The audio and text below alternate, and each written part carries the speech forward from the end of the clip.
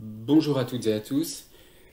Je vais donc vous proposer ce deuxième cours qui est le cours numéro 6, mais le second cours, enfin le deuxième cours que je vous propose uniquement à distance. Euh, je rappelle le plan du cours. Nous avons commencé ce chapitre 3 sur les images de la sémantique dans les manuels universitaires. Ce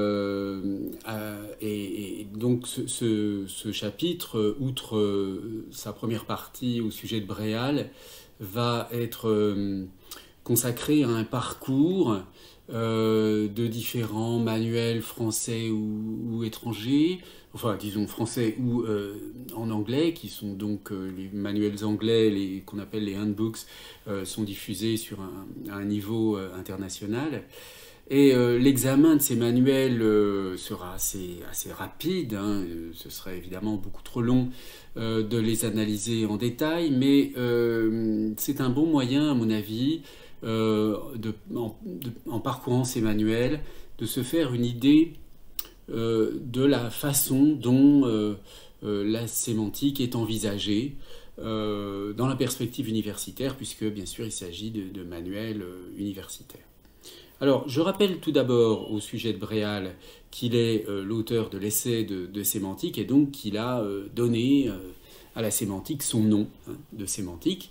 Mais nous avions vu que, en dépit de cette origine de la sémantique chez Bréal, tout au moins une non-sémantique chez Bréal, sa conception de la sémantique, des lois sémantiques comme, ici je le rappelle, par exemple la loi de répartition, la conception donc de la sémantique selon Bréal est tout de même extrêmement différente de celle qui est, disons, courante aujourd'hui, bien qu'il n'y ait pas forcément un accord très, très facile à trouver sur ce que différents chercheurs nomment sémantique. Mais simplement, ce que je veux souligner de nouveau et rappeler par rapport à l'année dernière, c'est que par rapport à la semaine dernière, pardon, c'est que la sémantique selon Bréal ne coïncide que très vaguement, comme le rappelle ici Irène Tamba, avec la sémantique au sens où nous l'entendons aujourd'hui. Alors, je vais donc commencer par quelques manuels français. Et le tout premier que je vais commenter, je le commenterai très très brièvement parce que c'est un très bon manuel sur lequel j'aurai l'occasion de revenir pour tel ou tel chapitre particulier du cours. C'est donc la sémantique publiée chez Belin par Vincent Niquès. Alors je n'ai pas indiqué l'année de publication, mais c'est un livre tout à fait récent. Je vais vous donner l'année tout de suite, même si elle n'est pas indiquée ici. L'édition dont je dispose est de 98. Je ne sais pas s'il y a eu une nouvelle édition ensuite, mais bon. Donc c'est un livre assez récent. Et alors, je vous le signale, d'abord parce que c'est un très bon manuel. Franchement, si vous deviez en choisir un parmi tous ceux que je vais vous montrer, celui-ci serait, à mon avis, le plus intéressant, compte tenu de la perspective que j'adopte moi-même dans ce cours. Mais je vous le signale surtout en raison de la deuxième partie que vous voyez ici, la deuxième partie forme et signification, qui traite d'une manière tout à fait surprenante pour un manuel de sémantique des onomatopées, du symbolisme phonétique, de la motivation relative.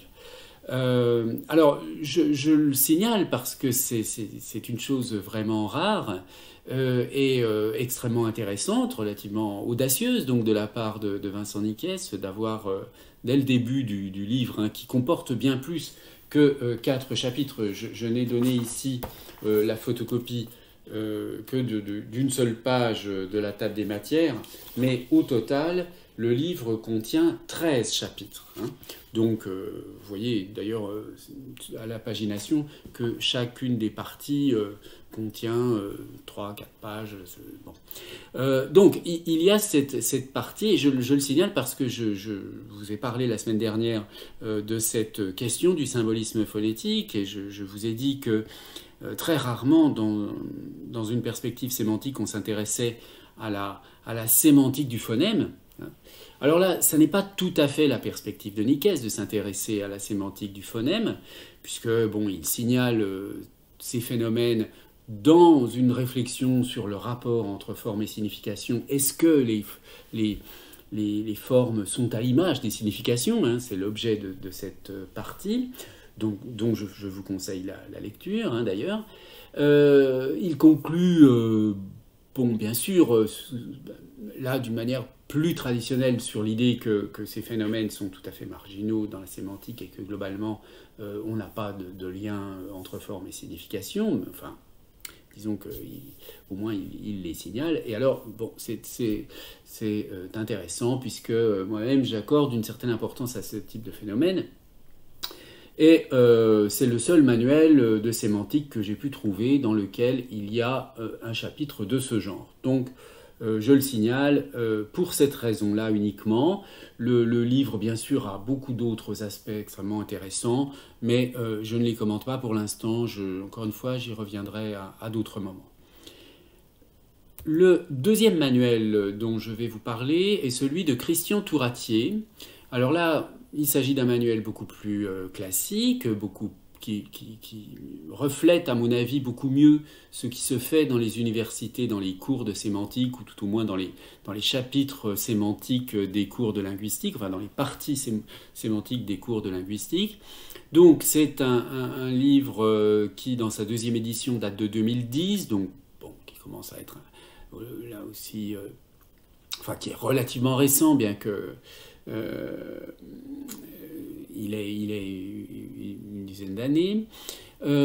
Alors, vous voyez que ça, je vous donne ici le plan complet. Enfin non, il y a encore une autre diapositive pour la suite de la table des matières. Vous avez ici donc une première partie de définition de notions générales, hein, intitulée ici donc définition liminaire. Hein. Et vous verrez dans tous les manuels, on a cette partie-là, une partie un petit peu générale de définition.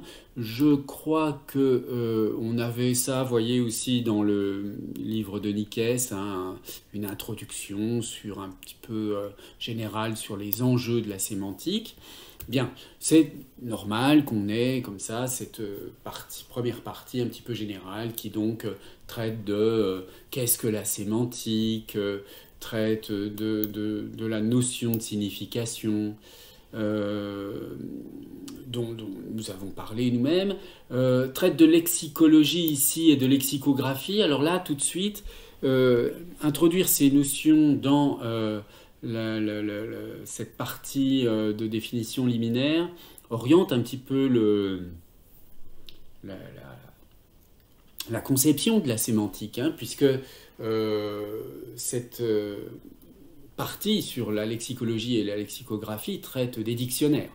Bon, il est naturel, nous-mêmes, nous en avons parlé ensemble dans le cours, les dictionnaires jouent un rôle important sur la question, au sujet de la question du sens en linguistique. Hein. La lexicologie et la lexicographie. Donc je rappelle pour ceux qui l'ignoreraient que la lexicographie, c'est disons la réalisation pratique des dictionnaires, et puis la lexicologie, c'est plutôt l'étude théorique, hein, des dictionnaires. Bien. Alors cette partie donc est importante, mais elle n'est pas développée dans tous les manuels de la même façon. C'est naturel qu'on ait quelque chose sur la lexicologie et la lexicographie dans un manuel de sémantique, puisque les dictionnaires sont typiquement des ouvrages qui donnent le sens des mots, hein, pour le dire d'une manière très simple. Bon, donc il est naturel qu'on ait une partie qui expose ces notions de lexicologie et lexicographie, mais bien évidemment, le sens ne se limite pas, hein, le sens ou la signification, telle qu'elle est appréhendée par la sémantique dans sa grande généralité, ne se limite pas à ce qui est dit dans les dictionnaires. Hein. Bon, donc vous avez une autre partie, une autre sous-partie qui approfondit cette question, comment les dictionnaires étudient le sens. Ensuite, vous avez deux parties, les parties 2 et 3, qui sont distinguées mais qui correspondent à la même orientation, disons à la même orientation théorique qui est la sémantique structurale. Alors là aussi, dans la plupart des manuels, vous avez un moment où on vous explique ce qu'est la sémantique structurale, ce qu'est le SEM, le SEMEM, éventuellement le ClaSEM et le VIRTUEM. Alors, je vais m'y arrêter un instant. Sans doute que beaucoup d'entre vous connaissent déjà ces notions, mais je les rappelle pour ceux qui n'auraient pas eu l'occasion d'avoir un cours sur ce sujet. Alors, ce qu'on appelle les SEM, les SEMEM, etc., c'est une analyse sémique qui repose sur des analyses de ce genre-là, sur des tableaux dans lesquels on indique si des caractéristiques sont présentes ou absentes par des signes plus ou moins. Hein. Alors par exemple, ici, vous voyez que le canapé, il est fait pour s'asseoir comme tous les sièges. Il est en matériau rigide, alors que le pouf ici n'est pas en matériau rigide, d'où le signe moins. Le canapé, il n'est pas pour une personne, contrairement à tous les autres sièges ici, etc., etc. Hein, vous avez, j'ai donné deux formulations là qui sont du même ordre et qui viennent de Bernard Pottier, d'un travail de Bernard Pottier qui est très très souvent cité. Donc ça c'est vraiment un aspect très très classique de la sémantique, hein, cette sémantique dite structurale. Alors, ces tableaux sont inspirés, cette sémantique structurale, elle est inspirée des méthodes qui avaient été développées par la phonologie. Alors, je vous rappelle par exemple ce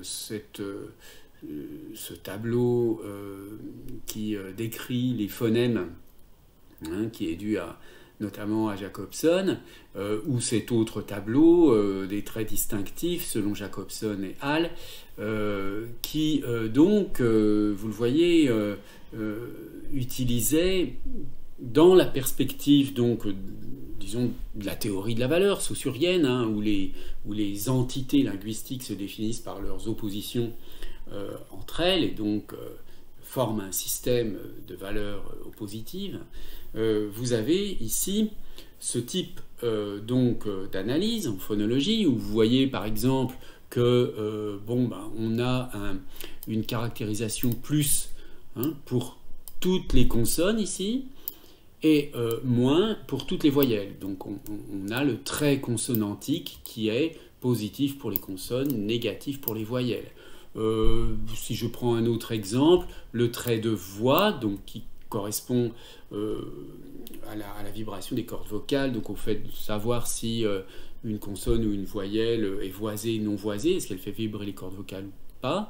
Vous voyez qu'ici, on constate que la seule différence qui permet d'opposer le P et le B, c'est le caractère vocal. Hein, c'est-à-dire que le P est sourd alors que le B est sonore.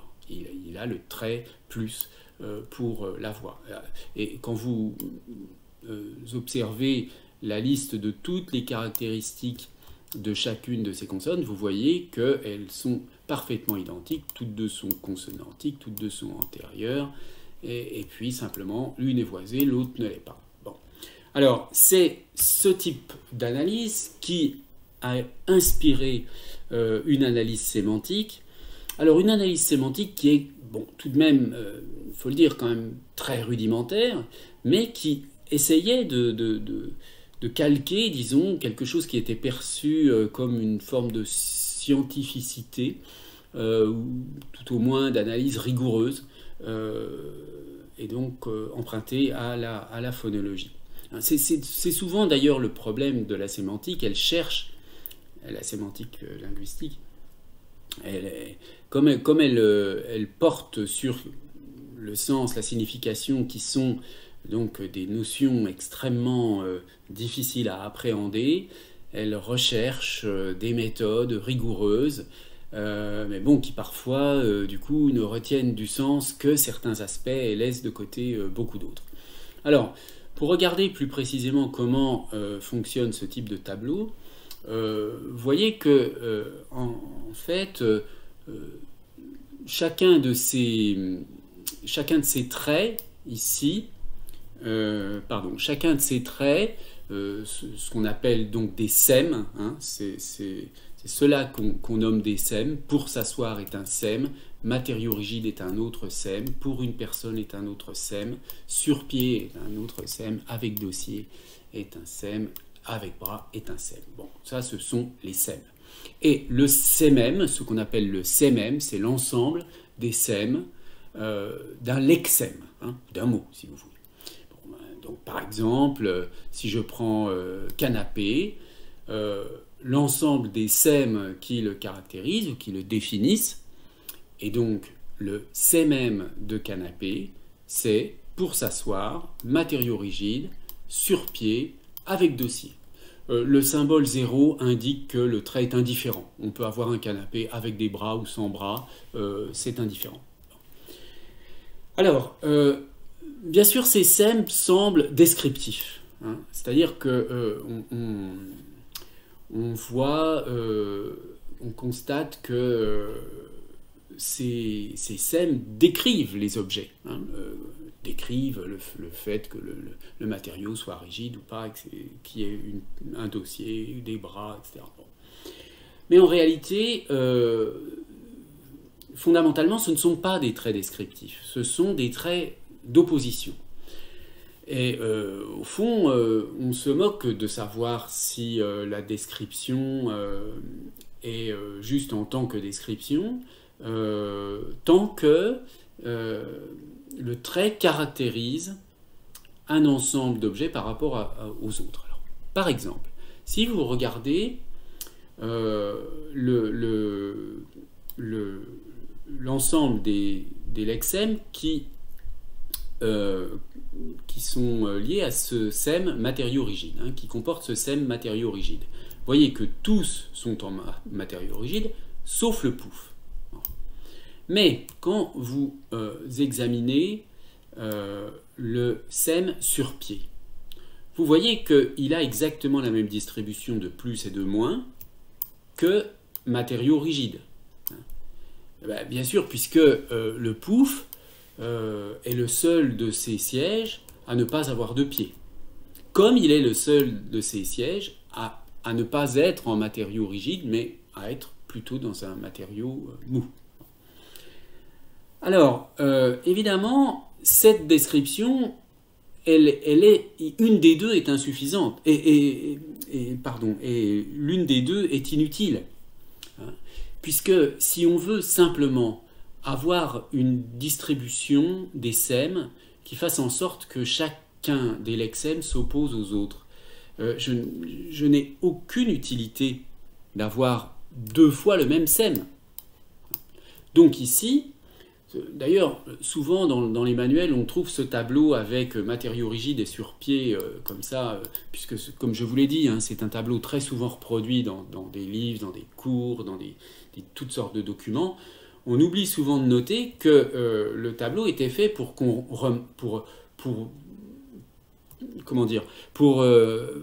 faire apparaître une erreur de conception de ce tableau, en fait. Hein. Donc, il faut supprimer un des deux, soit matériau rigide, soit sur pied, parce que ce sont des descriptions surnuméraires.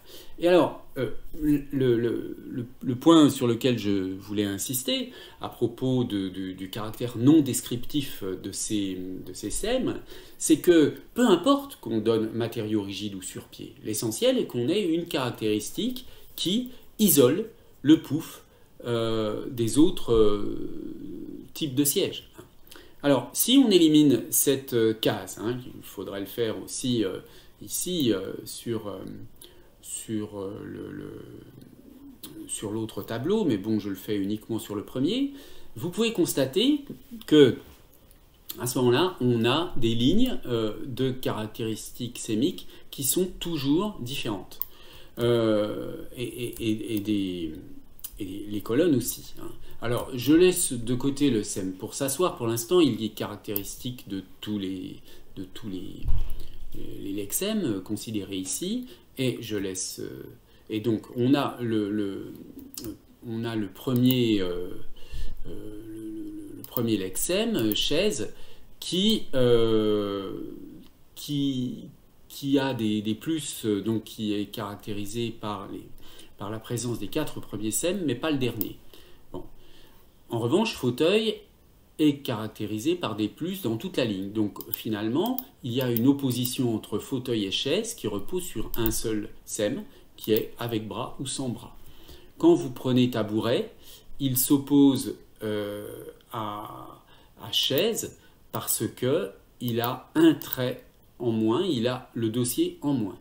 Quand vous prenez le canapé, c'est le trait une personne qui l'oppose au précédent. Et puis quand vous prenez pouf, ça va être le trait, par exemple, matériau rigide qui l'oppose aux autres. Donc on a finalement toujours besoin de... si on ne compte pas, si vous voulez, si on ne compte pas ce SEM pour s'asseoir, qui est donc ce qu'on appelle le SEM générique, ou le classème, comme je l'ai rappelé ici, le SEM générique pour s'asseoir, si je le mets de côté parce qu'il ne distingue pas les lexèmes les uns des autres, il caractérise le fait qu'on les réunisse. Bon. Donc, je le mets de côté. Vous voyez que pour distinguer 5 lexèmes, j'ai besoin de 4 SEM. Et c'est toujours comme ça. Il y a toujours n-1 SEM pour n lexèmes. Vous noterez également que dans le deuxième tableau apparaît le terme siège, qui est donc un terme qui est donc là le lexème générique, qui donc a le caractère, le premier SEM pour s'asseoir, mais est indifférent pour tous les autres, bien sûr. Alors, en termes de vocabulaire, donc je rappelle, le sémantème, c'est l'ensemble des SEM spécifiques. Si on oppose SEM spécifique et SEM générique, donc le sémantème, à ce moment-là, on va le réduire à, par exemple, pour fauteuil, matériau rigide, pour une personne avec dossier, avec bras. Et puis, donc, le classème, ce sont les SEM génériques. Bon, ici, c'est seulement pour s'asseoir. Et le virtuème, alors là, c'est une notion beaucoup moins courante, mais qui a été proposée par Bernard Potier. C'est l'ensemble des SEM virtuels. Donc, autrement dit, des SEM qui ne sont pas obligatoires, qui peuvent être plus ou moins partagés par une communauté, voire par une seule personne. Par exemple, ici, pour se reposer, c'est un SEM virtuel pour fauteuil, par exemple. Mais on pourrait le dire aussi de canapé. Bon. Alors, je reviens maintenant à cette table des matières. Donc là, avec ce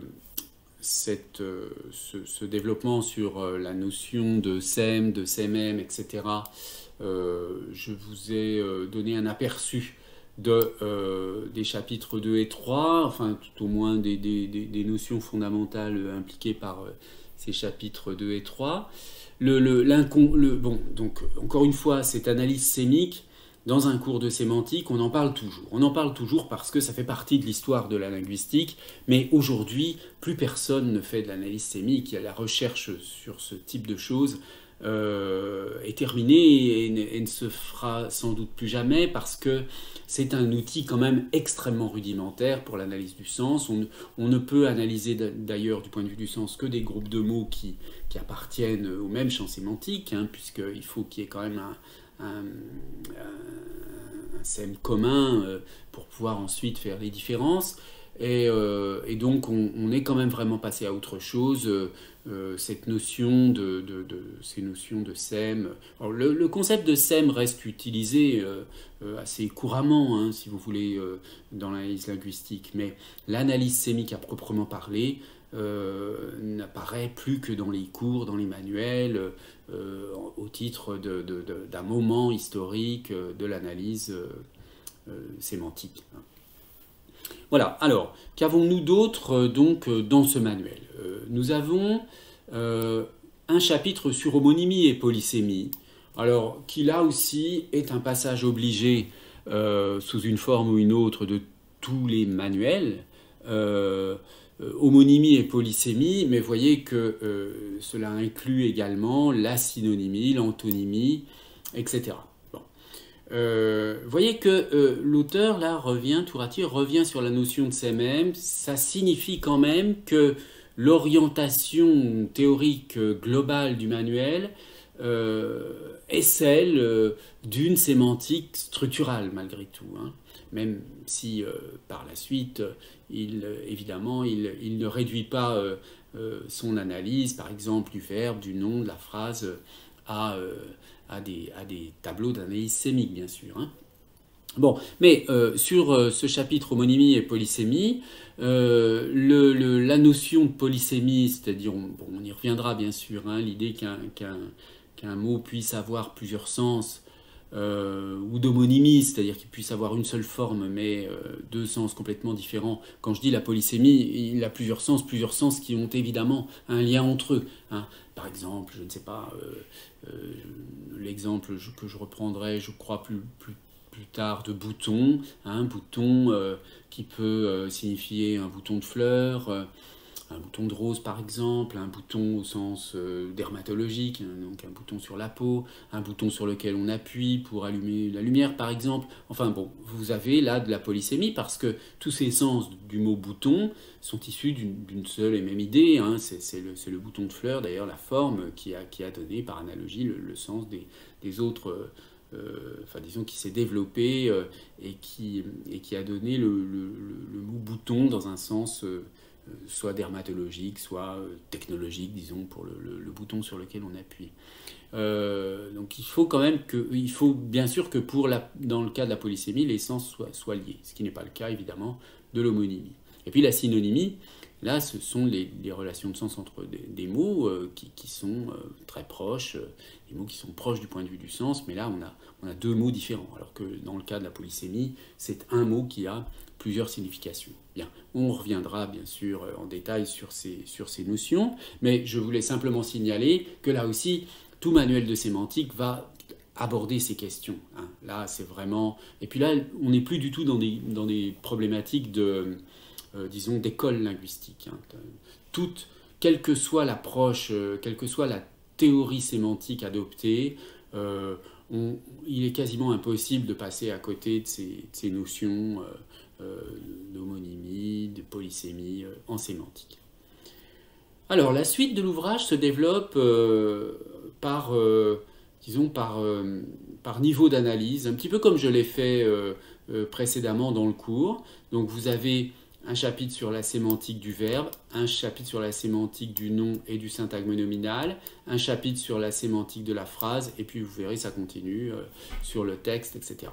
Alors, donc là, c'est une particularité, hein, de ce manuel qui inclut, donc, vous voyez, des réflexions sur la valence, la transitivité dans la sémantique verbale, qui, dans le chapitre sur la sémantique du nom, traite des déterminants, des adjectifs, etc. Ce qui n'est pas du tout comment dire, ce qui n'est pas du tout, à la différence de la polysémie ou de la synonymie, comme je disais tout à l'heure, ça n'est pas du tout un passage obligé des manuels de sémantique. Et puis ensuite, donc la sémantique de la phrase, avec la question des fonctions syntaxiques et des différentes significations de la phrase. Et enfin, donc, vous avez 3 autres chapitres qui poursuivent, donc les plans d'analyse, sémantique de l'énoncé, sémantique du texte, et un chapitre un petit peu à part, sémantique et informatique, qui est intéressant, puisque aujourd'hui, c'est quand même un aspect important de l'analyse linguistique. On a une partie des linguistes qui se sont spécialisés dans cette orientation, disons, de la sémantique, enfin, disons, des rapports entre linguistique et informatique. Là, les enjeux économiques sont quand même importants, mais bon, là, on verra que, bien sûr, c'est un choix de manuel que d'autres manuels ne font pas, de parler de ce type de questions. Alors, en revanche, sémantique de l'énoncé qui conduit à parler de la pragmatique, de phénomènes énonciatifs, ça, c'est quand même quelque chose qui est assez courant dans les manuels de sémantique. Et puis, enfin, la sémantique du texte, ici, qui renvoie à la notion de texte, de linguistique textuelle. On en a parlé un petit peu. Il y a toute une problématique de la linguistique des textes qui fait partie, disons, de la sémantique, si on veut. Alors, enfin, vous avez un certain nombre d'encadrés. Je ne développe pas, mais simplement, vous voyez, je note qu'il aborde ce que je vous ai expliqué la dernière fois sur la métaphore vive et sur l'innovation sémantique, Paul Ricoeur et la métaphore. C'est effectivement, là aussi c'est une originalité, c'est le seul manuel qui parle de Paul Ricoeur, et je trouve ça intéressant puisque, on l'a vu, c'est une notion importante. Alors, on va comparer maintenant à un autre manuel tout à fait comparable, donc en termes de volume, le nombre de pages est à peu près équivalent. C'est un ouvrage qui date à peu près de la même époque, qui a eu une réédition en 2005 chez Armand Collin. Donc au départ c'est Nathan 2000 et ensuite 2005 chez Armand Collin. Donc Initiation à la sémantique du langage de Bellon et Mignot. Alors voici la table des matières. Alors vous retrouvez ces parties très générales, notions fondamentales 1 et 2, et puis donc sens référentiel et sens énonciatif. Ensuite, vous avez un chapitre qui renvoie aux classes de mots, aux types de mots, si vous voulez, comment classer les mots, les substantifs, donc sur la question des unités significatives, mais qui ont une référence, et puis un petit mot sur les anaphoriques et les déictiques ici.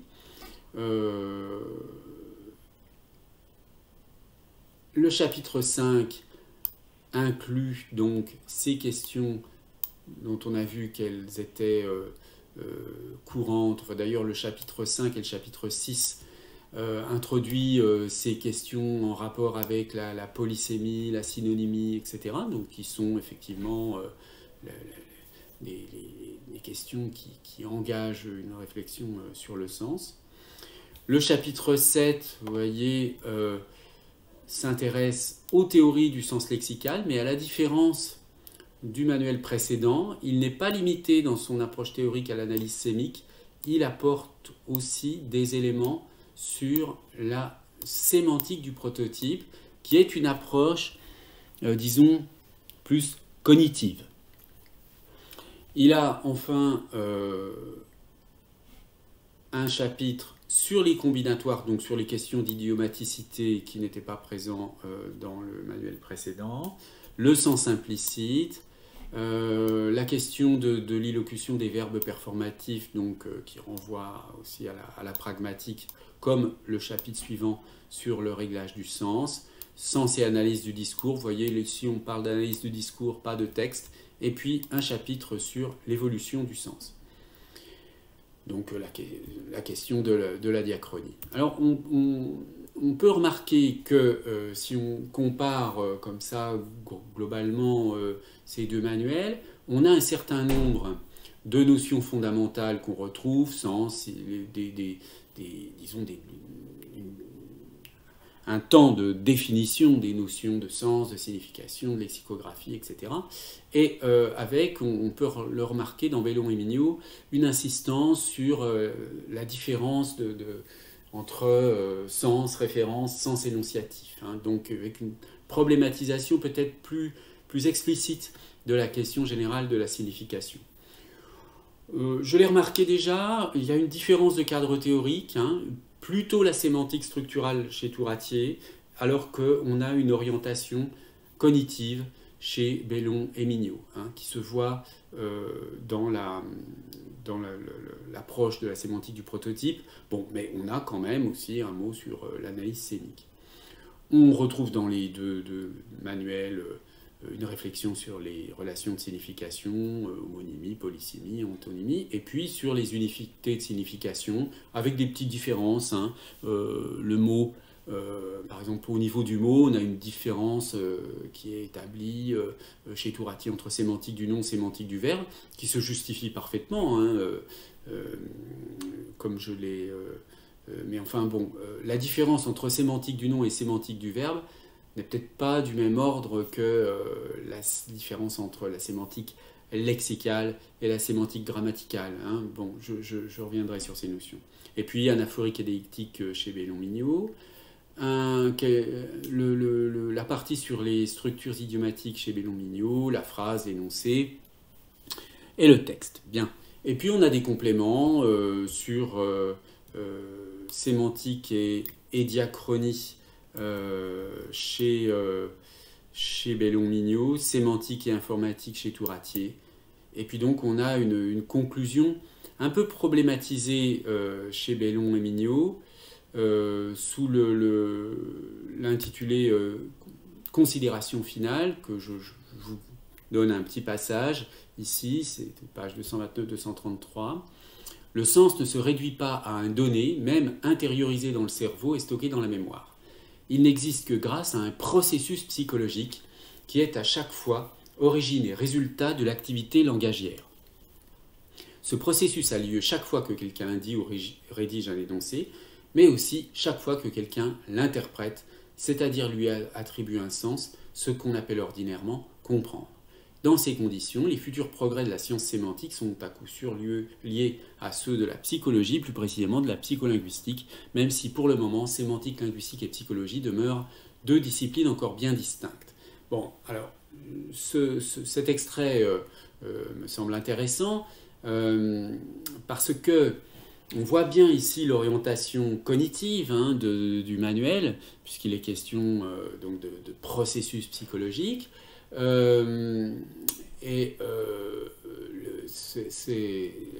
Disons que l'idée que le futur de la science sémantique implique des relations entre psychologie et linguistique ou entre cognition, sciences cognitives et linguistique, c'est devenu quelque chose de tout à fait évident aujourd'hui, tout au moins dans certaines approches de la sémantique, hein, oui, l'idée ici est tout à fait pertinente. Et puis, une autre raison pour laquelle je vous ai donné cette citation, c'est qu'il est question de la compréhension, hein, voyez. Le processus psychologique correspondant à la signification a lieu chaque fois que quelqu'un dit ou rédige un énoncé, mais aussi chaque fois que quelqu'un l'interprète, c'est-à-dire le comprend.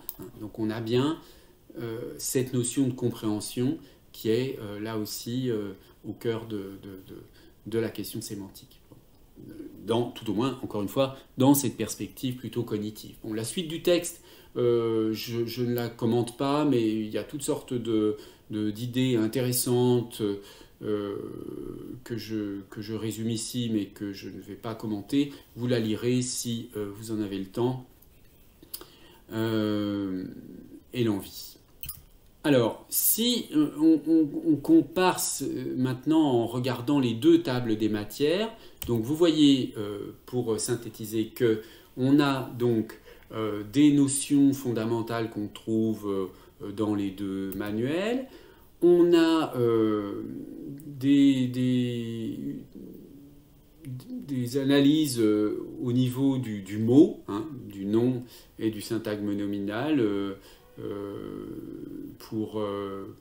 et puis du verbe donc pour Touratier, et puis donc l'idée d'unité significative à référence pour Bellon et Mignot.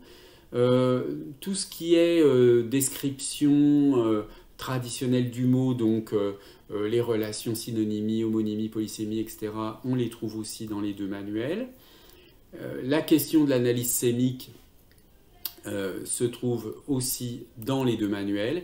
Et enfin, on trouve dans les deux cas des réflexions sur la dimension énonciative, phrastique ou textuelle du sens. Donc là aussi, avec une orientation qui peut être pragmatique. Et puis, donc, on remarque un certain nombre de différences.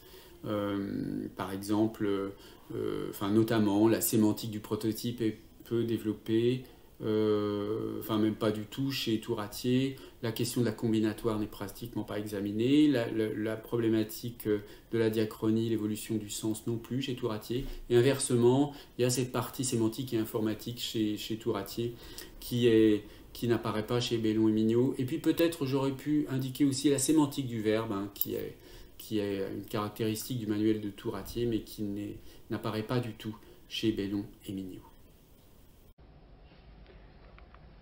Alors, on va passer maintenant à un troisième manuel, qui est le manuel de Corbelin, complètement différent, hein. Alors, intitulé Cours de sémantique introduction, qui date de 2013, qui est un petit peu plus court que les autres, vous voyez, 190 pages. Et alors, vous voyez, il suffit de regarder la table des matières pour constater immédiatement qu'on a affaire à une toute autre sémantique. Vous remarquez qu'à chaque fois, ce sont des manuels qui vous sont destinés, hein. Ce sont des manuels qui ne sont pas écrits pour le grand public, hein, qui sont uniquement destinés aux étudiants de lettres et de linguistique. Bon. Alors, vous avez un premier chapitre, alors là, bon, notion de base en sémantique, d'accord, là on trouve ça partout, mais ensuite, phrases et propositions, calcul et analyse en proposition. Alors cette notion de calcul est totalement absente des ouvrages précédents. Analyse propositionnelle et implicature, prédicats et quantificateurs, logique des prédicats, calcul et analyse, groupes nominaux et logique des prédicats, les limites de la logique des prédicats, déterminants linguistiques et quantifieurs généralisés, sémantique du discours. Bon, vous avez évidemment un plan de l'ouvrage qui est radicalement différent des autres, hein. Pourquoi? Eh bien, parce que c'est Francis Corbelin, qui était d'ailleurs professeur ici et qui a pris sa retraite il y a quelques années, adopte une conception vraiment logique, logiciste, si l'on veut, de la sémantique, une conception frégéenne, hein, centrée sur la sémantique qu'on appelle formelle, et donc surtout sur la sémantique grammaticale, hein. C'est pour cette raison qu'on parle de prédicats, de quantificateurs, etc. Plus que de dictionnaire, d'homonymie, polysémie, etc. Hein. Vous voyez que ces termes-là n'apparaissent même pas dans la table des matières.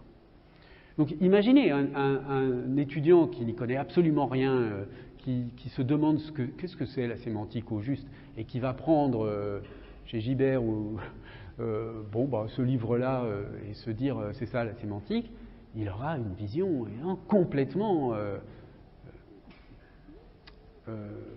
partielle de la discipline. Alors, voici un extrait de l'ouvrage de Corbelin qui évidemment, justifie pleinement son point de vue. Vous voyez, la signification, ce ne sont pas des mots. Alors évidemment, on ne va pas du tout avoir là un privilège du mot. La signification, ce ne sont pas des mots, la signification, ce sont donc des choses, ou plus exactement, un rapport régulier aux choses. Donc vous retrouvez la notion frégéenne de Bedeutung, de référence. Et puis cette citation que j'ai déjà donnée, je crois, hein, connaître la signification d'une phrase, donc vous voyez que c'est quand même la phrase qui est l'objet principal de l'analyse. C'est la phrase, ce n'est pas le mot. Hein, on s'intéresse à la phrase. Bon. Et qu'est-ce que c'est que la signification d'une phrase? Qu'est-ce que c'est que connaître la signification d'une phrase? Eh bien, c'est savoir comment est le monde pour celui qui tient la phrase pour vraie.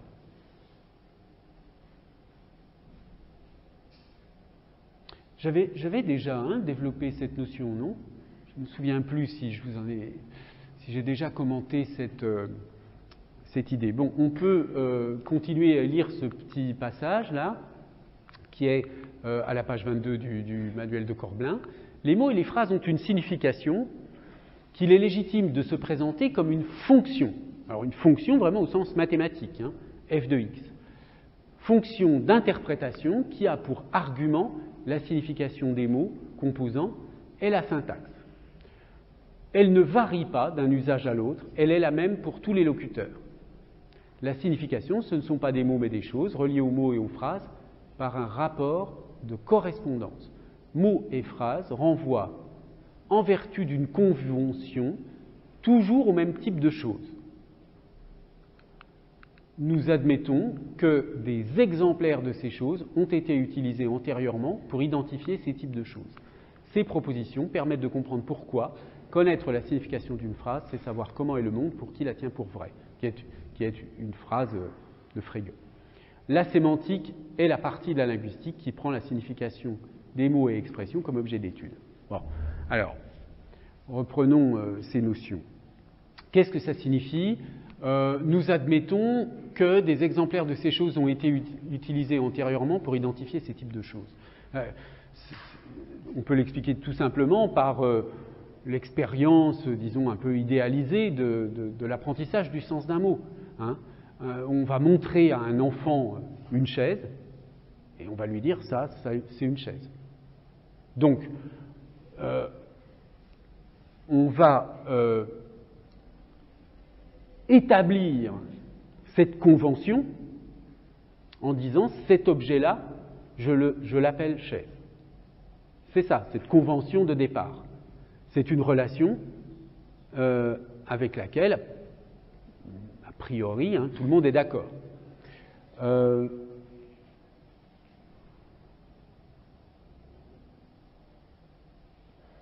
Remarquez que il y a quand même une difficulté supplémentaire, c'est qu'il faut que l'enfant réussisse à attacher le mot « chaise » non pas à une chaise particulière, mais à n'importe quel type de chaise. Donc ça suppose qu'il ait un mécanisme de catégorisation pour dire que, je sais pas, cette toute petite chaise en plastique, qui est complètement différente de cette grosse chaise en bois, ben, je l'appelle par le même nom.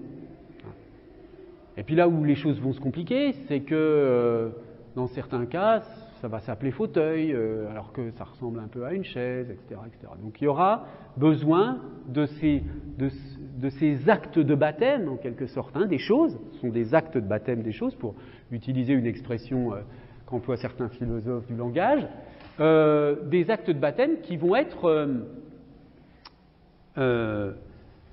mémorisés, et donc il va y avoir une convention qui permet de justifier ce que dit ici Corbelin, mots et phrases, donc tout au moins pour les mots renvoient en vertu d'une convention toujours au même type de choses.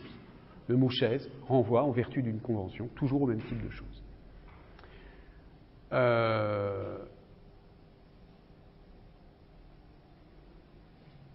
Évidemment, ça suppose qu'on oublie la poésie, qu'on oublie les métaphores, qu'on oublie toutes sortes de choses comme ça. Hein, parce que là, on va avoir des tas de mots qui normalement renvoient à certains types de choses, et là, pas du tout.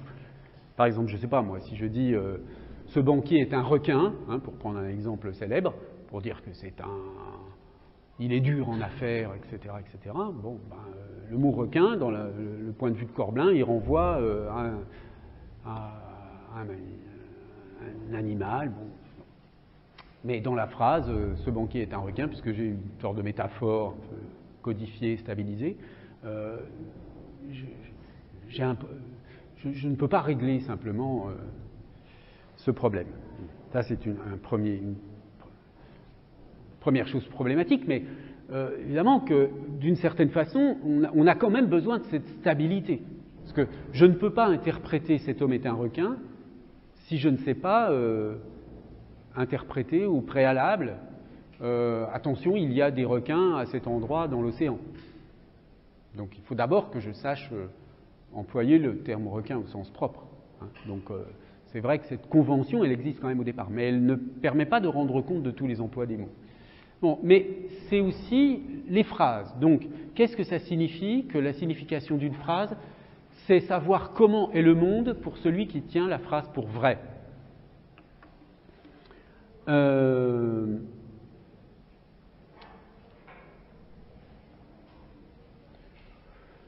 Bon, bah, reprenons cet exemple élémentaire. Paris est la capitale de la France.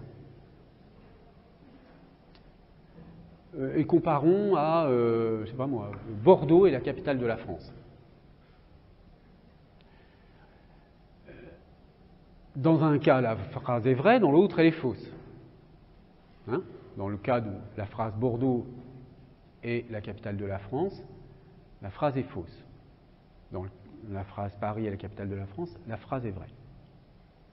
Donc, vous voyez d'abord que ces notions de vrai et de faux, qui sont les notions de base de la logique, sont mobilisées au premier plan par cette sémantique frégéenne, logiciste, etc., ce qui est naturel. Bon. C'est une autre façon, vous voyez, complètement différente de la sémantique componentielle, d'essayer de mettre un petit peu de science à l'intérieur de ce truc très compliqué qu'est l'analyse du sens. Les chercheurs essaient toujours de ramener ces objets un peu fuyants, difficiles à appréhender, de leur donner une teneur scientifique, qu'on puisse raisonner, qu'on ne puisse pas juste dire tout ce qu'on veut et le contraire au sujet de la signification. Bon, donc, l'analyse componentielle s'était inspirée donc de la phonologie pour essayer d'avoir un peu de rigueur dans l'opposition entre les différents mots d'un même champ lexical. Là, on s'appuie sur la logique formelle, pour essayer de faire quelque chose qui ressemble un peu à une science des significations. Alors évidemment, quand on fait ce genre de choses, on perd au passage certains aspects du sens. On ne s'intéresse qu'à une partie du sens qui est donc définie par ces notions de vrai et de faux. Alors qu'est-ce que ça veut dire que si je sais que Paris est la capitale de la France est vrai, je sais comment le monde doit être pour que la phrase soit vraie. Hein. Savoir comment est le monde pour celui qui tient la phrase pour vraie. Alors, pourquoi c'est vrai que Paris est la capitale de la France? C'est pas tellement... je veux dire, je donne cette phrase surtout pour vous donner un autre exemple après. Mais bon, vous savez, ça signifie que vous savez ce que veut dire une capitale. Donc c'est la ville administrativement qui a un statut particulier dans les villes, parmi l'ensemble des villes d'un pays, et que la ville qui a ce statut en France est Paris. Bon, ça vous le savez, c'est vrai. Mais ce qui est intéressant, ce n'est pas tellement le sens de cette phrase-là, c'est que si on vous parle d'une autre ville que vous ne connaissez pas, d'un pays que vous ne connaissez pas, et si on vous dit la ville Y est la capitale du pays X, mais même si vous ne connaissez pas ni cette ville ni cette capitale, vous savez comment doit être le monde pour que cette phrase puisse être vraie. Vous savez que, d'abord, vous pouvez le vérifier, parce que cette ville, elle doit avoir un statut spécial pour être nommée capitale, etc. Donc, vous pouvez vérifier ça avec une source d'information fiable quelconque. Hein, et ça, vous le pouvez parce que vous avez déjà comment dire, une sécurité fondée sur la vérité de la phrase, par exemple, Paris est la capitale de la France. Okay. Donc, il y a bien, dans ces cas-là, une possibilité de calcul du sens à partir de phrases déjà connues, d'énoncés déjà connus, de mots déjà connus. Cela suppose, bien entendu, que soit mis au premier plan la notion de compositionnalité. Bon. Et alors, que dire d'une phrase Paris est la ville la plus agréable du monde, ou la plus belle du monde. Bon. Est-ce que je peux savoir comment doit être le monde pour que cette phrase soit vraie? Est-ce que cette phrase est vraie ou fausse? Comment je peux savoir? Bon, là, on est quand même plus embarrassé, hein, parce que là, ça dépend des points de vue, évidemment.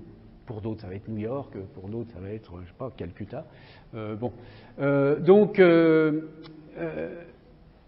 Simplement, ce que je sais, pour quelqu'un qui dira cela, ben, je vais pouvoir très bien interpréter cette phrase, mais pas tout à fait de la même façon que j'interprète Paris est la capitale de la France, qui correspond à une vérité objective. C'est-à-dire, je vais l'interpréter comme un jugement de valeur. Je vais l'interpréter comme un jugement subjectif, c'est-à-dire, voilà, je vais interpréter que c'est pas tellement comment doit être le monde, c'est ici il faut intégrer dans le monde l'état d'esprit du locuteur. C'est-à-dire, ce que j'apprends au sujet, ce que j'apprends à partir d'une phrase comme « Paris est la plus belle ville du monde », j'apprends surtout quelque chose de la personne qui dit cela. J'apprends quelque chose de ses goûts, de ses préférences. Mais je n'apprends pas forcément quelque chose sur Paris. Simplement, encore une fois, si on vous parle d'une ville que vous ne connaissez pas et qu'on vous dit la ville X est la plus belle ville du monde, vous savez comment doit être le monde pour que cette phrase soit vraie. C'est que cette ville, elle doit, qu'on soit d'accord ou pas d'accord, elle est sûrement assez intéressante, etc. Donc, les notions de vrai, de faux sont mobilisées dans ce type d'approche. Là, j'en donne un aperçu évidemment extrêmement limité, simplement pour vous rappeler que il y a une certaine façon de faire de la sémantique qui s'inspire de la logique, qui s'inspire des travaux antérieurs de Gottlob Frege, dont on a déjà parlé, qui met au premier plan les notions de vérité, de référence, et qui donc essaie de réduire les énoncés linguistiques à des formulations logiques, pour qu'on puisse faire des calculs, et donc pour faire ce qu'on appelle parfois de la sémantique formelle, parce que là on va avoir des sortes de formules donc pour rendre compte du sens des phrases ou des énoncés. Bien, alors on va faire une petite pause et puis ensuite je vous parlerai de quelques handbooks de sémantique, donc des manuels plutôt là de langue anglaise et qui ont une diffusion internationale. Alors, je reprends donc là où je me suis arrêté tout à l'heure et je vous présente un premier handbook de sémantique qui est, alors évidemment, là, d'une dimension tout à fait incomparable avec les 3 manuels français que nous avons examinés, et il n'y a pas d'équivalent français. Vous voyez que c'est un manuel de sémantique, International Handbook of Natural Language Meaning, en 3 volumes qui font chacun environ 1000 pages. Donc, évidemment, l'enjeu n'est pas du tout le même. Je vous mentionne ce texte, enfin cette publication parce que, pour que vous sachiez que cela existe, c'est évidemment quelque chose que vous pouvez consulter en bibliothèque, mais si on veut avoir un état des lieux relativement récent, hein, puisque vous voyez, les parutions c'est 2011 pour le volume 1, 2012, 2013 pour les volumes 2 et 3, on a là un ouvrage évidemment en anglais qui vous donne un aperçu général sur tous les aspects de la sémantique. Alors, dans le volume 1, si on regarde un petit peu en détail, vous avez une partie plutôt historique, sur les bases, une partie plutôt théorique fondamentale sur les foundations of semantics, donc sur les bases de la sémantique, avec les notions de signification, intentionnalité, communication, sens et référence, les notions de base sur la question de la référence, le meaning in language use, c'est-à-dire la dimension, disons, pragmatique, et puis la question de la compositionnalité et de la décomposition lexicale. Donc là, vous avez toutes les problématiques de base. Ensuite, un aspect historique, la question de la signification dans le premier 19e siècle, l'émergence de la sémantique, disons avant le 19e siècle, ensuite un chapitre sur l'émergence de la sémantique au 19e ou 20e, l'influence de la logique sur la sémantique, donc ça, c'est le manuel de Corbelin dont on vient de parler, est un exemple de cela, et puis la sémantique formelle et le représentationnalisme. Ensuite, les méthodes dans la recherche en sémantique, donc sur les différentes sortes de preuves en sémantique, les méthodes dans la sémantique entre différentes langues, cross-linguistic semantics, les méthodes formelles en sémantique, et puis les méthodes expérimentales, qui relèvent donc là plus peut-être dans certains cas de la psycholinguistique. Ensuite, vous avez une partie entièrement consacrée à la sémantique lexicale, une partie sur l'ambiguïté et le vague, qui est assez peu travaillée dans les publications de langue française, mais qui est un sujet assez, disons, classique dans les publications de langue anglaise. Les approches cognitives, disons la sémantique cognitive, la théorie du prototype, la théorie des frames, donc des cadres conceptuels, etc. Et puis la sémantique au niveau de la phrase et du discours.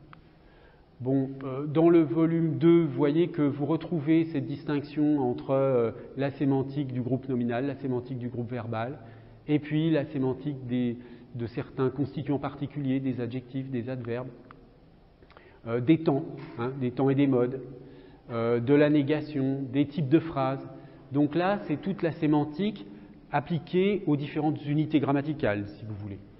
Et dans le volume 3, vous avez les interfaces, c'est-à-dire les relations entre sémantique et phonologie, entre sémantique et syntaxe, entre sémantique et pragmatique. Vous avez une partie sur la typologie, la sémantique diachronique, donc les questions d'évolution de sens, la sémantique dans l'apprentissage et en informatique. Voilà, donc là c'est un manuel extrêmement complet qui est vraiment un manuel pour les chercheurs. Là, ça n'est plus un manuel d'initiation pour les étudiants, mais c'est quand même une référence qu'il faut connaître pour, disons, surtout si l'on souhaite se renseigner assez rapidement sur un secteur particulier de la sémantique.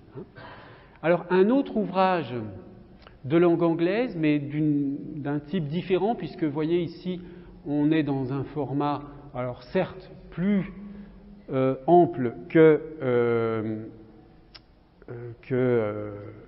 le manuel précédent, que le handbook précédent, mais quand même 2 fois plus épais que les manuels français. Et là, disons, ça se rapproche tout de même de l'idée d'initiation à la sémantique. C'est donc le Routledge Handbook of Semantics, qui est dû à Nick Rimmer, qui est donc en Australie, à l'université de Sydney, mais qui a la particularité, et vous le verrez, ça se voit dans le plan, d'être rattaché à un laboratoire français, laboratoire HTL, d'histoire des théories linguistiques. Et il est en particulier spécialiste de sémantique et d'histoire et d'épistémologie des sciences du langage. Alors, voici le contenu de l'ouvrage. Donc, vous avez une introduction avec la définition de la sémantique et puis des problématiques de base. Alors, vous voyez, c'est un livre collectif, bien sûr. la question de l'opposition entre l'externalisme et l'internalisme en sémantique, c'est-à-dire est-ce que les propriétés sémantiques viennent en gros des structurations du monde, externalisme, ou de l'esprit, internalisme. Et puis différentes approches, la sémantique formelle, la sémantique cognitive, la sémantique de corpus. Ensuite, sens et conceptualisation à partir de cette question qui relie, qui est en rapport avec la sémantique cognitive, catégorie, prototype et exemplaire. La question de l'embodiment, c'est-à-dire de l'incarnation. Langage et pensée. Bon, ensuite, vous avez une partie qui aborde les questions pragmatiques sur sens et contexte. Une partie sur la sémantique lexicale, classique, où on retrouve, comme dans le manuel précédent, une partie sur la décomposition lexicale, c'est-à-dire préfixe, suffixe, etc. Et puis, une dernière partie, sémantique de phénomènes spécifiques. Et là, il a rangé à la fois la sémantique, disons, de constituants particuliers, donc des constituants nominaux, de la négation, la quantification, de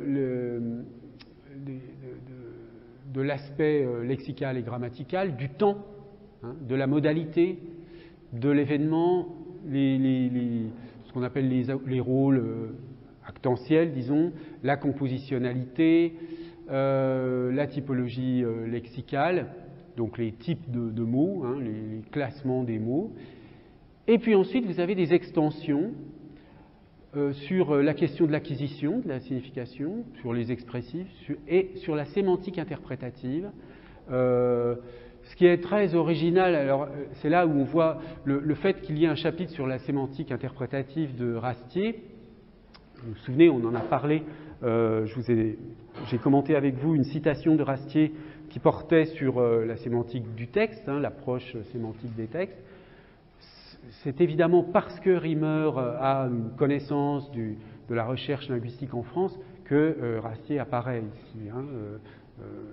Évidemment, cette notion de sémantique interprétative est totalement absente de l'ouvrage de 3000 pages.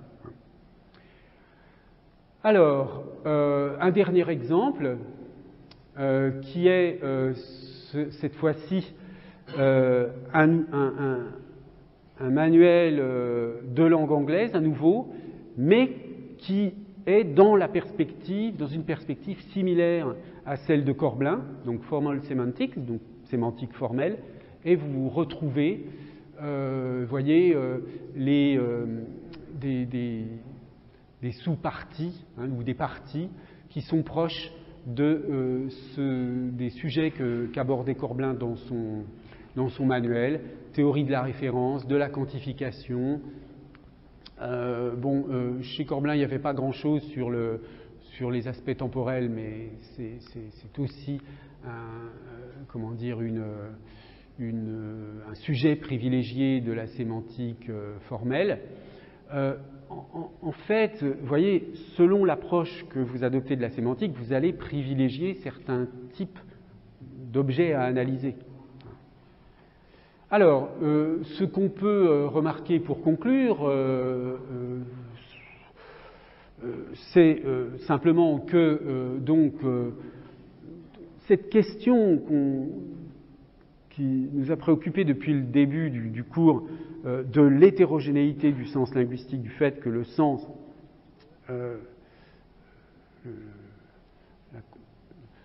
disons, la teneur de la notion de sens varie selon les unités auxquelles on l'applique, eh bien, elle est totalement, enfin, elle n'apparaît pas dans tous ces manuels. Elle n'apparaît pas, elle est occultée à la faveur de pratiques académiques, donc des habitudes académiques qui distinguent des plans d'analyse, le mot, la phrase, etc., qu'on ne confronte pas vraiment entre eux.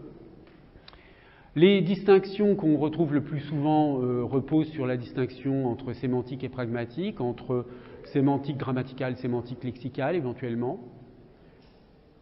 Mais jamais on ne va vous dire que le mot sémantique a changé de sens entre sémantique lexicale et sémantique grammaticale. On remarque malgré tout partout un privilège du mot. Alors, sauf peut-être dans les manuels d'orientation formelle, formaliste, sémantique logique, où là c'est plutôt la phrase qui va être privilégiée. Et puis, eh bien, on ne voit toujours pas l'unité du sens entre les différents niveaux de la phrase, du texte, etc. etc. Donc, on pourrait évidemment analyser chacun de ces manuels d'une manière beaucoup plus approfondie, mais mon objectif n'est pas juste de vous donner un aperçu assez rapide de ce qu'on trouve, et surtout de vous mettre en garde sur le fait que les manuels de sémantique, c'est pour cette raison d'ailleurs que je ne vous donne pas de bibliographie pour ce cours, parce qu'il n'y a pas de bibliographie qui corresponde vraiment au contenu de ce que je vous explique. Il y a toutes sortes de livres différents qui vont aborder chacun la question sous un angle particulier. Donc, vous pouvez considérer que tous ces ouvrages dont je viens de vous parler, y compris Bréal, y compris le livre de Tamba, de Irène Tamba sur la sémantique, font partie de la bibliographie de ce cours. Mais vous voyez qu'à chaque fois, pour chacun de ces manuels, vous allez avoir une orientation particulière. Une orientation pas toujours explicite. Alors, une façon de synthétiser tout cela est de distinguer 3 niveaux d'analyse du sens. Alors, ces 3 niveaux, ils vont être les suivants, mais on en a déjà un peu parlé, mais simplement je vais synthétiser cela d'une manière plus précise. Il y a d'abord le plan de la sémantique logique, qui va s'intéresser surtout au rapport entre langage et réalité. D'où la phrase qu'on a commentée tout à l'heure de Corbelin, connaître la signification d'une phrase, c'est savoir comment elle monte pour celui qui tient la phrase pour vraie. Donc là, c'est le rapport langage-réalité qui est au premier plan. Dans le cas de la sémantique cognitive, dont on a vu que Bellon et Mignot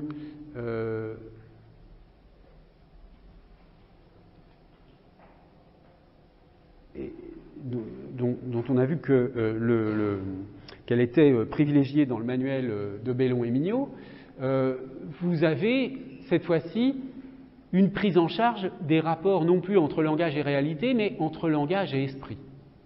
Donc, la perspective est plutôt ontologique, c'est-à-dire repose sur une certaine description du monde dans le premier cas, et plutôt cognitive dans le second.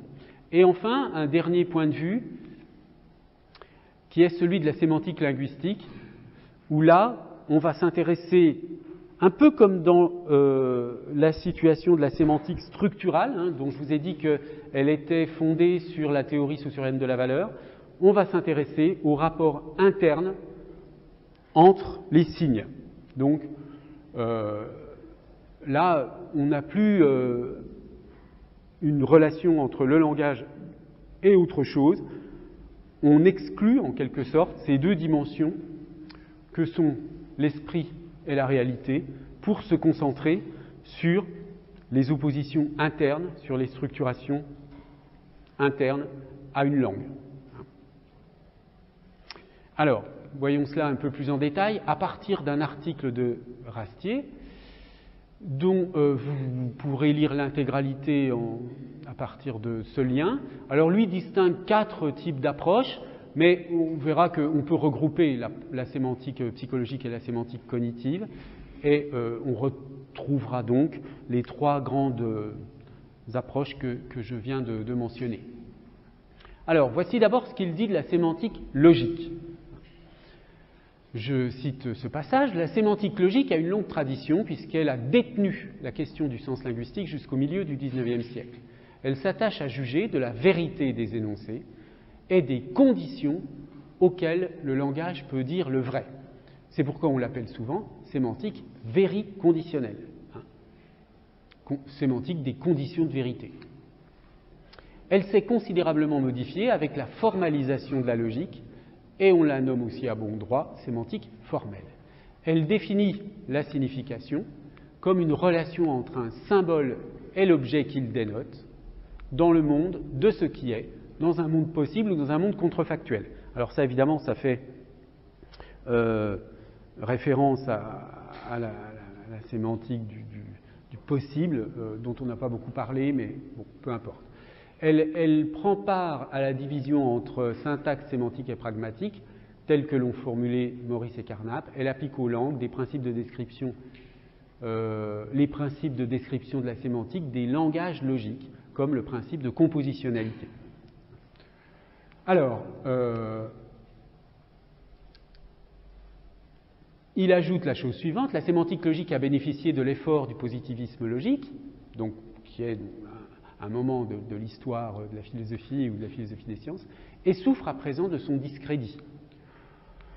L'idée, je ne peux pas développer cette notion de positivisme logique, mais disons que il y a eu un moment dans l'histoire des idées où cette question où vous savez, avec des auteurs comme au premier plan, comme Bertrand Russell, ça vous dit quelque chose peut-être,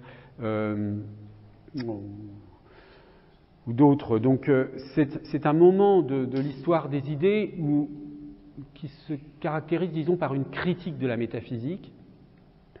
L'idée étant que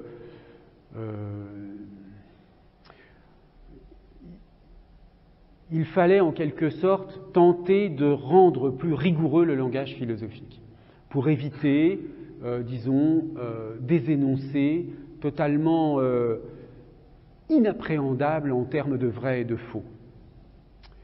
Donc, mais ça vient de la philosophie, ça, d'une exigence qui est apparue à un moment donné,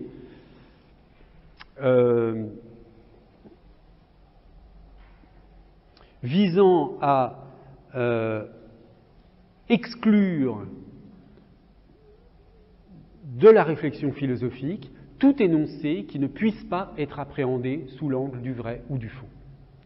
Bon, c'est une façon un peu simpliste de résumer le positivisme logique, mais évidemment, cette position où on accorde de l'importance à l'opposition entre le vrai et le faux a été elle-même critiquée à un moment donné, notamment sous l'influence des pensées de type nietzschéen, où vous trouvez ça aussi, peut-être que vous êtes plus familier dans les travaux de Foucault, si on veut, c'est-à-dire à partir du moment où on a commencé à dire que la vérité est une construction discursive et qu'il n'y a pas vraiment de vrai et de faux. Je veux dire, ce sont un certain nombre de... C'est à l'intérieur d'une sorte de conflictualité sociale que un groupe va définir le vrai d'une certaine manière. Donc il y a une sorte de rapport qui est établi entre le pouvoir et la vérité. Bon, qui a pu amener à des excès du type, voilà, les énoncés scientifiques sont eux-mêmes totalement relatifs. C'est ce qu'on appelle le relativisme. Le relativisme généralisé et rendu complètement dément, c'est la situation actuelle dans laquelle nous sommes, où il n'y a plus aucune possibilité, enfin ça devient de plus en plus difficile, de faire la différence entre les énoncés qui circulent dans le monde, entre les énoncés vrais et faux. C'est toute la problématique des fake news, etc. Voilà, on est arrivé. Bon, mais Rastier a raison de dire ici que cet essor du positivisme logique, qui a eu lieu à un moment donné, a bénéficié à la sémantique formelle, mais qu'aujourd'hui, c'est moins le cas.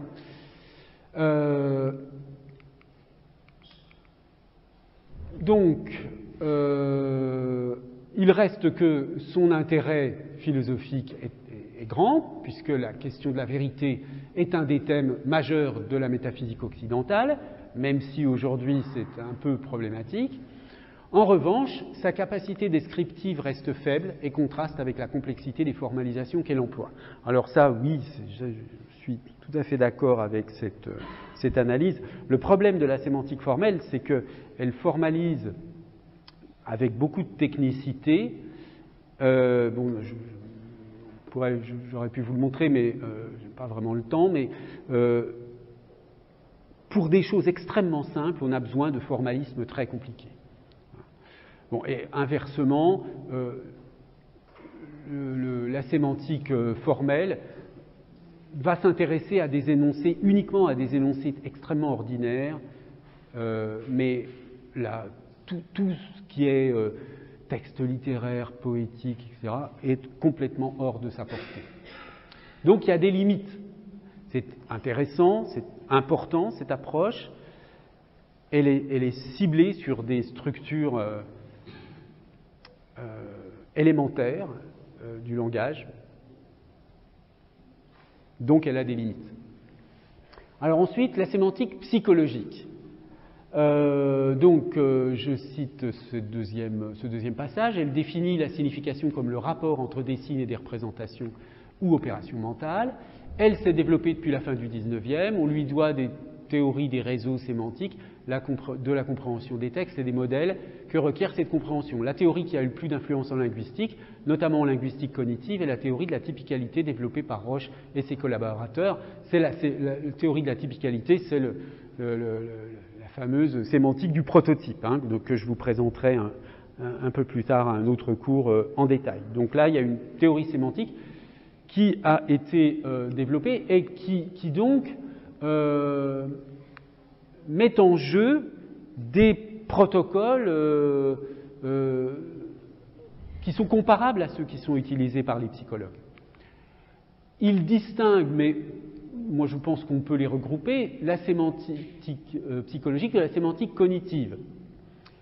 Tout en reconnaissant qu'elle définit aussi la signification comme une représentation mentale. Alors,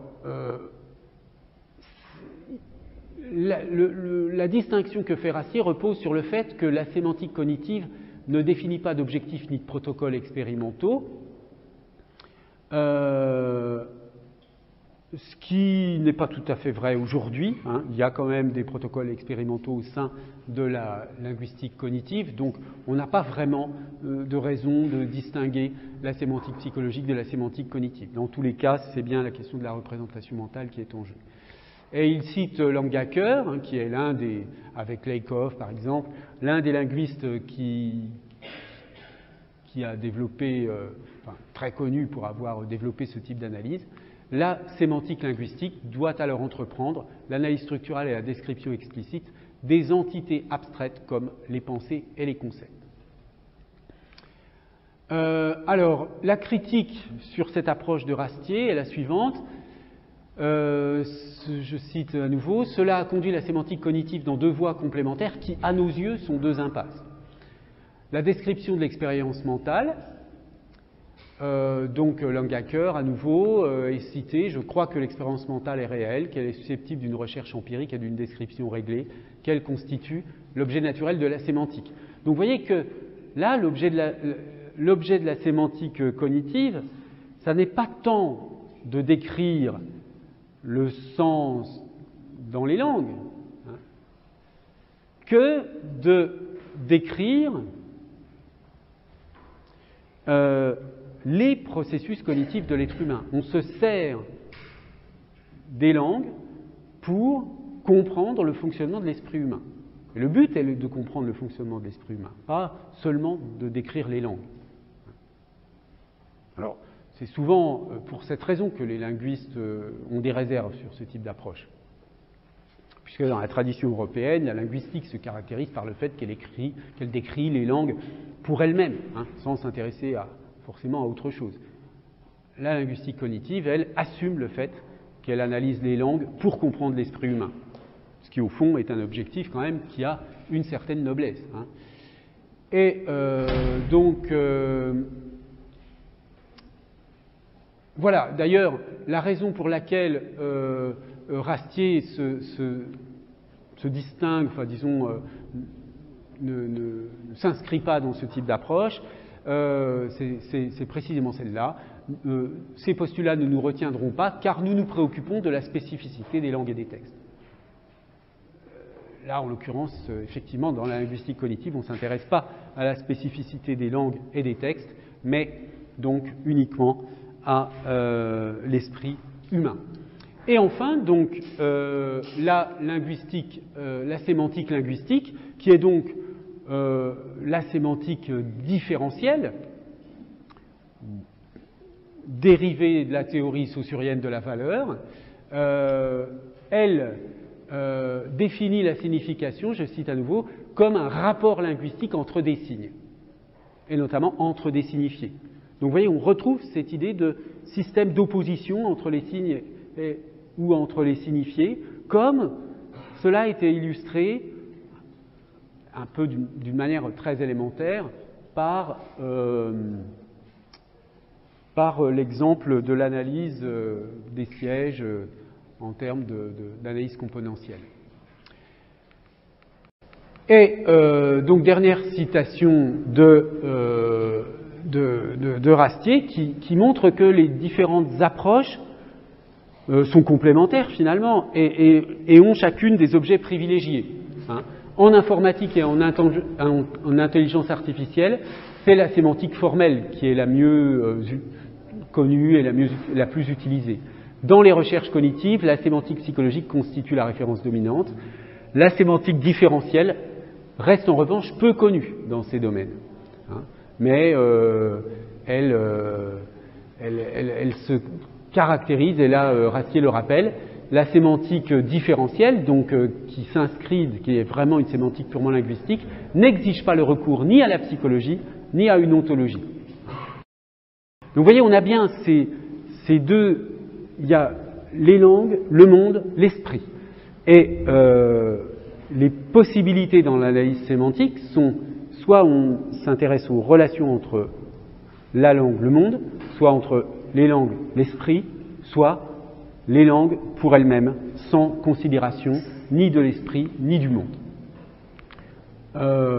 Donc, ça nous donne trois perspectives pour l'analyse du sens, hein, qui rassemble, disons, les grandes écoles de sémantique, hein, avec la question de la référence, du sens exprimé et du sens, disons, communiqué. Et alors, je terminerai ce cours en vous montrant une petite vidéo, un entretien avec François Rastier au sujet d'un livre tout à fait récent intitulé « Faire sens de la cognition à la culture », livre que je vous conseille bien entendu. Et vous verrez dans cet entretien, Rastier revient sur sa position dont on a parlé déjà et qui est la sienne depuis de nombreuses années, celle de la défense d'un niveau sémiotique, d'un niveau du sens qui concerne les signes linguistiques, donc qui n'est réductible ni à une description du monde, ni à une description de l'esprit, et donc qui correspond finalement à l'idée de l'existence d'une sphère sémiotique autonome, idée qui est notamment empruntée au philosophe Cassirer, qui est donc le philosophe à l'origine de cette philosophie des formes symboliques, dont j'aurai peut-être l'occasion de vous reparler. Donc je donne pour terminer la parole à François Rastier, dans ce livre, pour ce livre « Faire sens de la cognition à la culture ».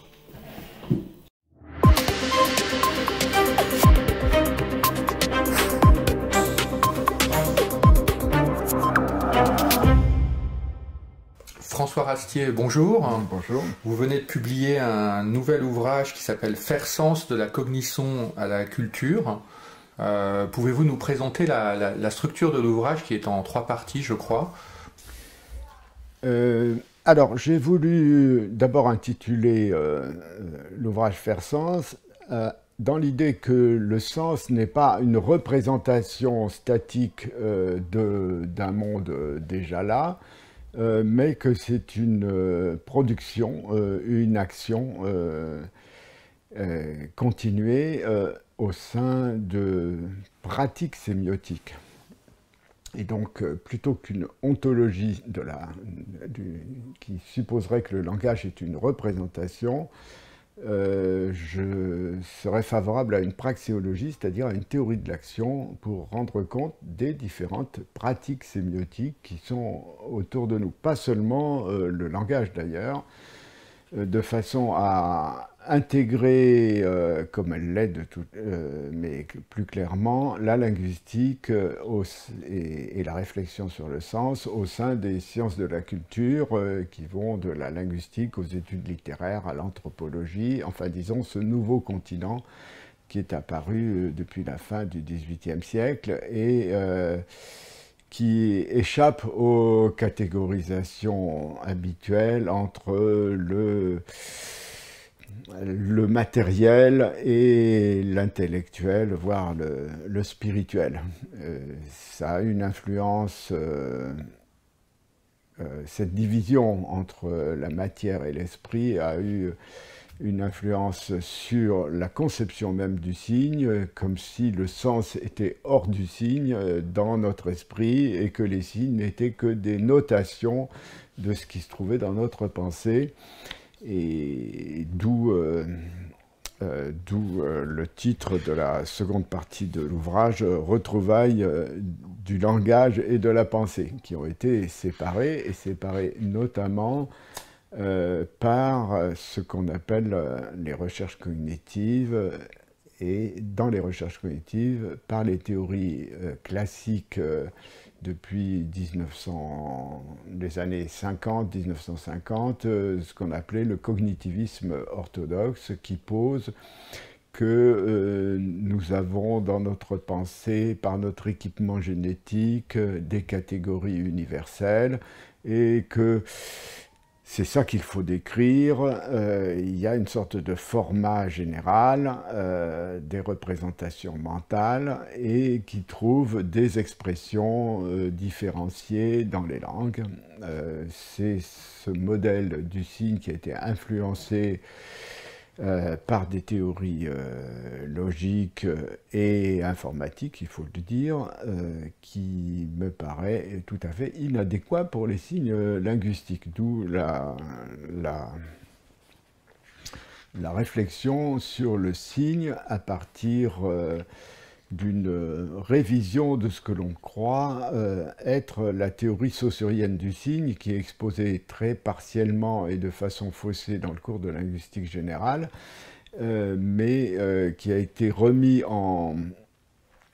clarifié par les nouveaux manuscrits que l'on a retrouvés en 1996 et édités en 2002 et qui permettent de reconsidérer complètement la notion de linguistique, la notion, disons, du signe linguistique comme une sorte d'unité à la fois séparée entre le signifiant et le signifié, mais d'unité isolée par rapport à son contexte aussi. Donc c'est les deux éléments qui permettent de reconsidérer le signe. Non seulement le signifiant et le signifié ne sont pas isolés l'un par rapport à l'autre, c'est la même chose vue de deux points de vue différents, donc il y a une unité complète, et donc la pensée n'est pas dans le signe, elle n'est pas dans notre tête, la pensée est entre nous. Ça suppose... le cerveau est entre nous, et est en nous, mais la pensée est entre nous. Alors, si le langage n'est pas l'instrument de la pensée, si les langues ne sont pas simplement des instruments de notation d'une pensée qui existerait indépendamment de son expression, c'est ce que suppose la conception saussurienne du signe. Dans ce cas-là, il y a plusieurs conséquences. C'est que le langage fait partie du milieu dans lequel nous vivons. En d'autres termes, il y a le cerveau qui est bien en nous, mais la pensée, elle est entre nous. C'est-à-dire, c'est des choses qui sont formulées, qui ont une expression et qui n'existent que par leur expression. Nos ruminations internes il faut les appeler autrement. Ce sont des représentations. Ce n'est pas la même chose que la pensée qui suppose une articulation et une expression. D'où l'idée qu'il faut reconcevoir les théories de la communication, qui n'est pas un passage d'une pensée de quelqu'un à quelqu'un d'autre, et c'est comme si on avait traversé le langage à pied sec. On ne traverse pas à pied sec. Simplement, il y a des personnes, vous et moi, qui sommes en train de scruter et essayer de comprendre les livres et les paroles qui sont entre nous. C'est celui qui parle et aussi celui qui s'interprète. On est incapable de prédire quel mot on va dire dans 15 mots et de redire quel mot on a dit il y a 10 mots. Non, tout cela, comme tout acte, l'activité de parole est une sorte de rectification continue d'elle-même. Mais alors, du coup, il n'y a pas cette fonction utilitaire du langage de transmission d'une information? Alors, il y a bien des usages utilitaires du langage, on est bien d'accord. Mais ça ne veut pas dire qu'il soit constitué en fonction de cette utilité. Il existe comme ça, on peut s'en servir. Nous sommes dedans et nous ne cessons de nous y adapter jusqu'à notre décès. Et tout usage du langage le modifie imperceptiblement. Et d'ailleurs, on est dedans, on fait avec, mais en même temps, on modifie la langue, et les langues sont nos œuvres, sont des œuvres collectives. Alors, chez les écrivains, ça va un peu plus loin. Ils font œuvre à partir du langage, et les événements de langage qui sont créés s'intègrent à la tradition. C'est le cas, par exemple, en chinois, des expressions en 4 caractères, qui sont des sortes de dictons, mais chacun peut être renvoyé à un auteur du 2e ou du 3e siècle, enfin, disons, à divers auteurs, qui font que, finalement, un mot, c'est un passage, et un passage pris dans une histoire, l'histoire de sa création et de ses réutilisations. Ça change la notion de l'idée que le mot serait simplement une étiquette sur la chose, alors que dans les recherches cognitives, on emploie le mot « label », qui va très bien pour les étiquettes dans les supermarchés, mais ça ne marche pas du tout comme ça dans les textes oraux ou écrits. Et alors, par rapport justement dans les recherches cognitives, on dit aussi qu'il y a une position précise dans le cerveau de la fonction langagière. Alors ça, c'est une vieille histoire qui était déjà... la question était déjà posée, avec raison. Il y a toute la physiologie du 19e siècle, il y a l'idée qu'il y avait des localisations. Alors c'est vrai que certaines lésions cérébrales empêchent de parler ou empêchent de... Bon. Mais ça ne veut pas dire qu'il y ait un organe du langage dédié. On l'a cherché un petit peu partout. Il y a des fonctions motrices, des fonctions auditives. Il y a simplement une spécialisation de certaines zones pour l'apprentissage de certains traits de certaines langues. Et en aphasiologie comparée, on a des surprises. Mais bon, il y a aussi une variation inter-individuelle. Et de toute façon, la localisation n'explique rien. Ça serait la même.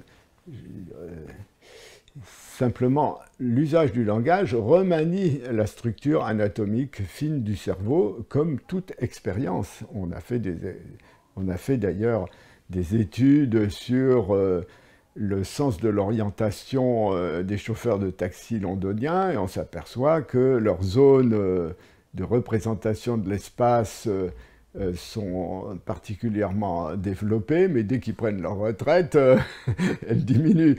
Donc c'est plus sur la question de la plasticité cérébrale et des récupérations cérébrales, parce qu'il y a aussi tous ces problèmes-là. Quand il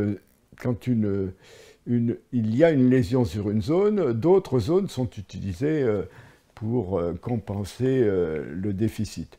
En tout cas, c'est le caractère causal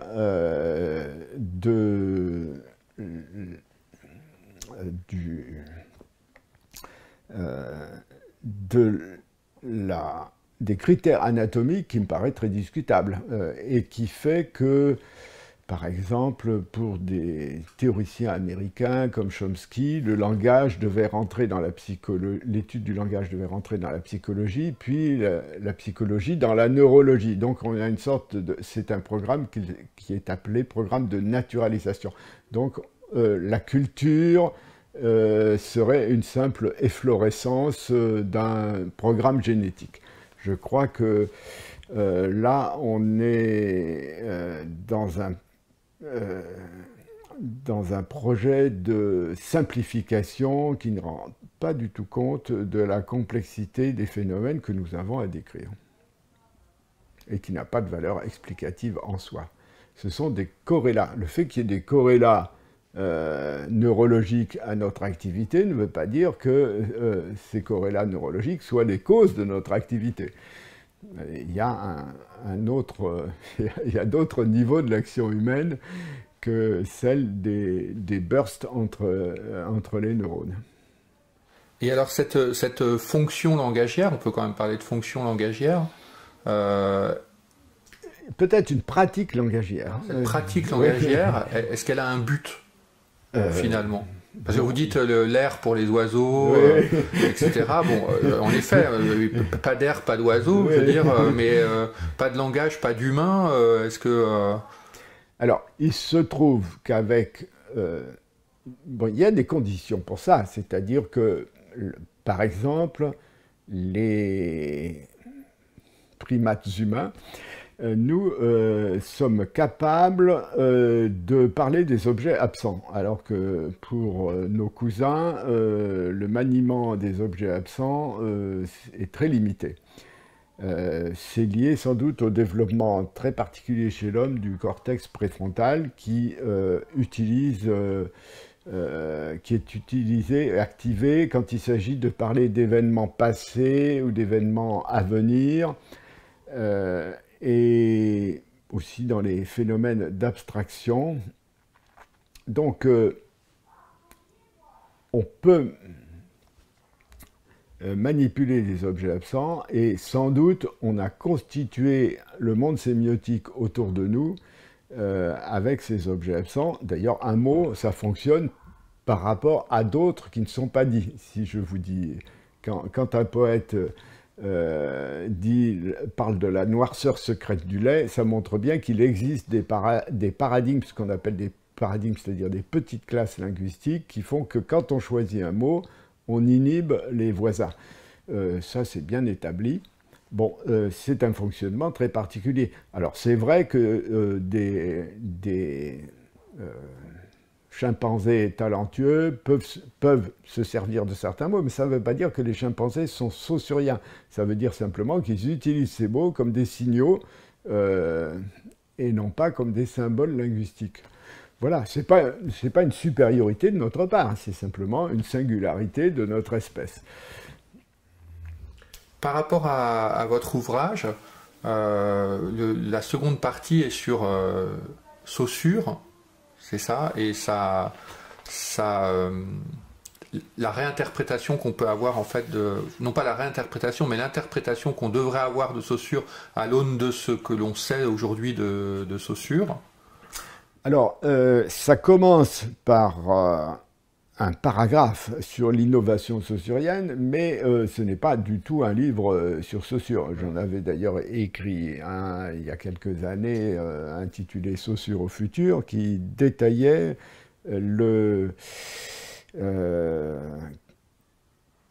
l'importance ce qu'on a appelé le nouveau Saussure à partir des manuscrits retrouvés en 1996.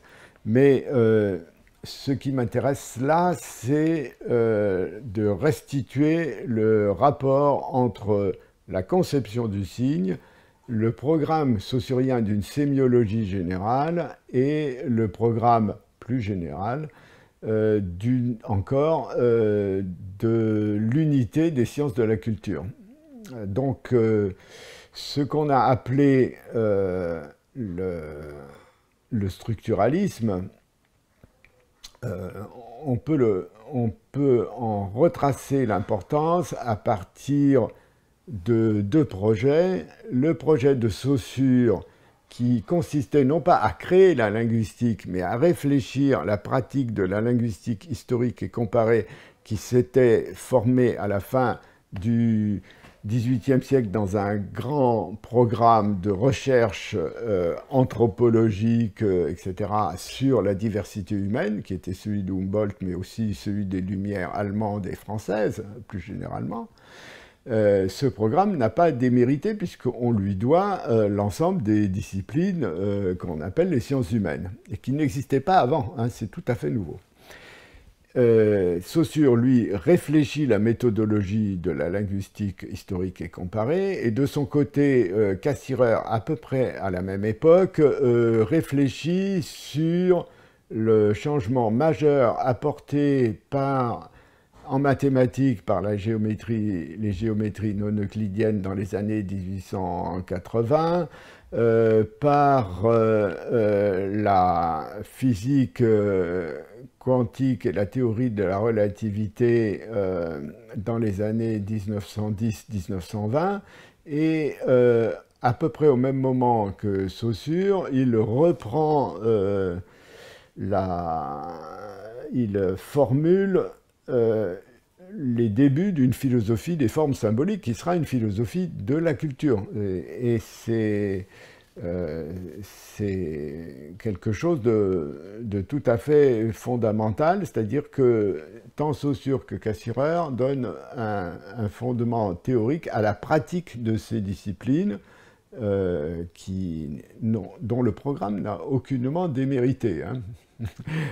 Puisqu'il s'agit de décrire la diversité humaine, et c'est d'autant plus nécessaire que ce serait dommage que notre espèce disparaisse sans avoir été décrite, tout en emportant avec elle l'ensemble des autres espèces.